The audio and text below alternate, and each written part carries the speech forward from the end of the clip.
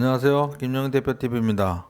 오늘 코스피 및 코스닥 급락하였습니다. 급락 이유를 알아보고 향후 전망과 대응 전략에 대해 말씀드리겠습니다. 코스피 마이너스 2.59%, 코스닥 마이너스 4.3% 급락하였습니다. 상승 197 종목에 2028 종목이 하락하였습니다. 전날 나스닥 마이너스 3%대 하락과 북한 총격 사건으로 인해 급락하였습니다.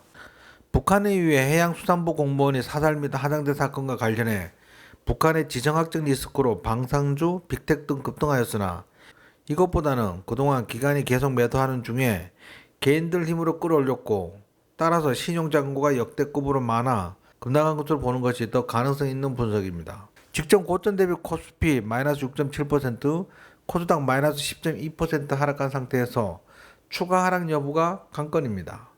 현재로선 상승전환 캔들 출현할 때까지 지켜보는 수밖에 없을 듯합니다. 외국인 코스피 코스닥 순매도하였고 기관 역시 코스피 코스닥 모두 순매도하였습니다.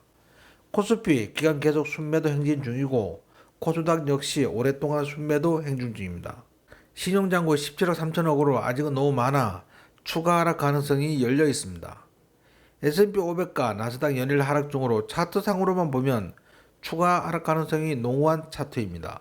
뉴욕 증시 하락 이유는 미 법무부 SNS 미디어 기업들의 면책 특권을 제한하는 법안을 의회에 제출할 것이라는 소식이 하락했다고 분석된 기사가 많은데 이것보다는 긴즈버그 대법관 후임을 트럼프 대통령이 26일 강행하겠다고 밝힌 상태에서 민주당이 발끈하며 제5차 추경안뿐만 아니라 10월 예산 통과를 보이콧하겠다고 밝힌 것이 하락 이유에 더 적당합니다.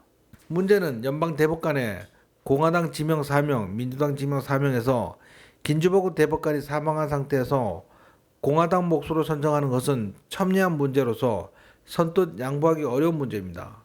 충돌이 장기화되면 뉴욕 증시는 추가 하락 가능성이 높은 가운데 트럼프 대통령 입장에서 주식시장의 하락이 11월 3일 대통령 선거에 불리하게 작용할 우려가 있어 양보할 수도 있습니다. 국내 증시 내일 상승할 것인지 추가 하락할 것인지에 대해 긍정적인 요인은 그동안 많이 하락한 것 외에는 없고 부정적인 요인은 뉴욕 증시 추가 하락, 여전히 높은 신용 잔고, 외국인 기관 여전히 순매도 진행 중 등 추가 하락 가능성이 더 높아 보입니다. 대응 전략은 일주일 전 김영훈 대표 TV에 업로드한 전설의 라이언병 구하기 영상을 꼭 보시기 바랍니다.